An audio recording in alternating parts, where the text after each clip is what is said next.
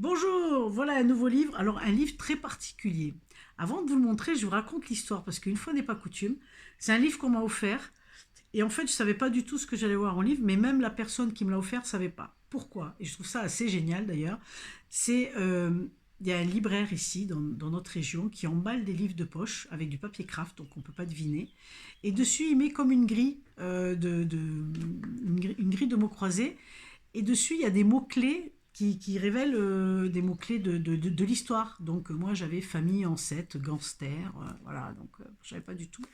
Et je trouve ça super génial parce que franchement, je n'aurais jamais lu cet auteur, je n'aurais jamais, je pense, été attirée à aller découvrir ce livre.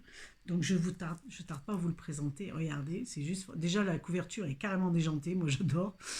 Alors, il s'agit de Wonderland d'Alexandre Labruffe. Et c'est pas son premier livre en plus, donc voilà, aux éditions Folio, parce que j'ai lu aux éditions Folio.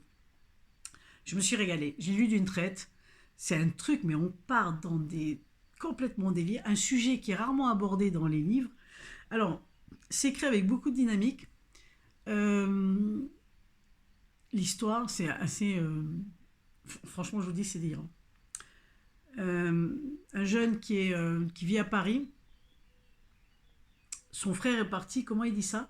Son frère a disparu en laissant un sac chez lui. Alors il a disparu avec son passeport en laissant un sac noir chez lui, un truc complètement bizarre.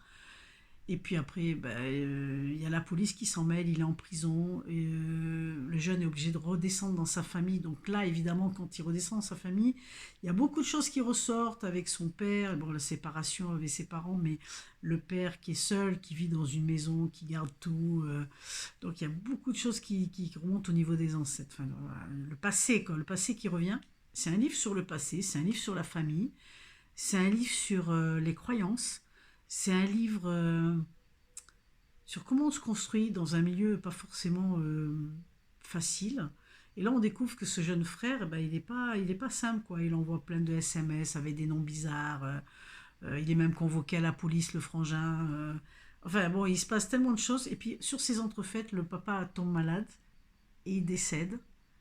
Et donc, le jeune est obligé de jongler, donc, justement, entre ces histoires de famille, le décès de son père, son jeune frère qui est absolument insaisissable. Et c'est un très beau témoignage sur, avec un grain de folie, quoi. Avec un grain de folie, vraiment. On se dit, mais ouf! Par contre, je vous promets, le livre, on le tient, on le lit d'une traite parce qu'on a envie de savoir ce qui arrive, quoi. On a envie de savoir ce qui arrive.